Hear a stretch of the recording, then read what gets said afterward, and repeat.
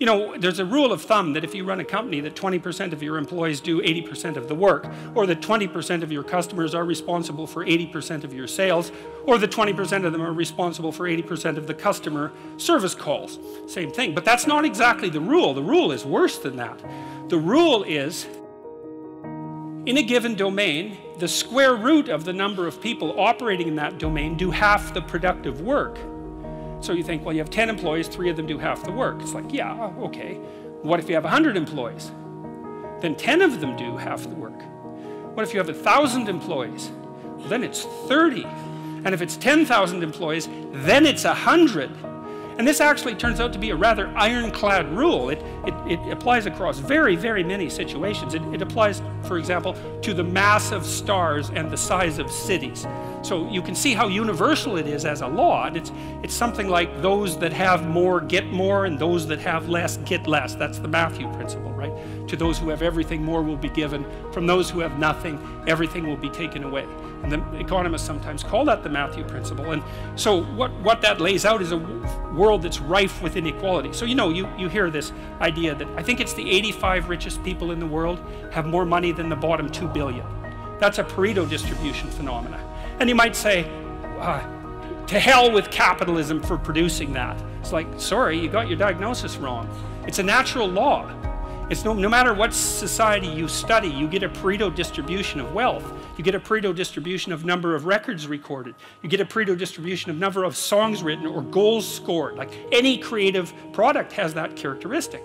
And it's partly because as you start to become successful, let's say, people offer you more and more opportunities. And as you start to fail, people move away from you and you plummet.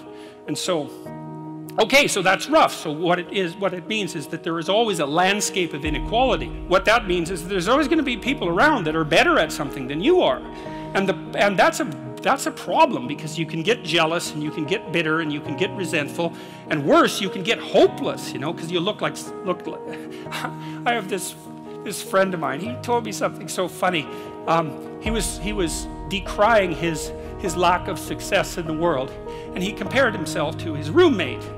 And he said, you know, his college roommate was doing much better than he was. And his bloody roommate was Elon Musk. It's like, really? Like, it's like, oh, you're not doing as well as Elon Musk. Well, I mean, you can see it would take it rather personally, because they were roommates and everything. It wasn't like he was doing badly. Like, he was doing pretty damn well. It's like, I'm not as good as Elon Musk. It's like, yeah, well, you and like 7 billion other people, you know. But I thought it was instructive because you have to be careful who you compare yourself to. Now, you can't just not compare yourself to successful people, right? Because then you don't have anything to aim at. You need an ideal because you have nothing to aim at, but an ideal is a judge, and you always fall short of the ideal. So how the hell can you have the benefits of having an ideal without having the crushing blow that goes along with having the judge that always regards you as insufficient? We don't want to let your distance from the goal crush you. So you got to set up a goal, and then you got to break the goal down into parts so that you can move towards it, and you have a fairly high likelihood of doing it. So that's a bit of practical, I wouldn't say advice, it's because it's better than advice. It's some practical knowledge about how to go about achieving an aim. Set a high aim, but differentiate it down so you know what the next step is, and then make the next step difficult enough so you have to push yourself past where you are, but also provide yourself with a reasonable probability of success. It's also what you do with children, right? You want to push them because they need to grow up and be more than they are, right? But you don't want to crush them with constant failure. So what you do is aim high and make the goal difficult but proximal. Who do you know that you can compare yourself to? That's easy. You. Yesterday. So here's a good goal. It's something like, well, aim high. And I really mean that. It's like, and we'll talk about that a little bit too. Aim high, but use as your control yourself. It's like, so your goal is to make today some tiny increment better than yesterday.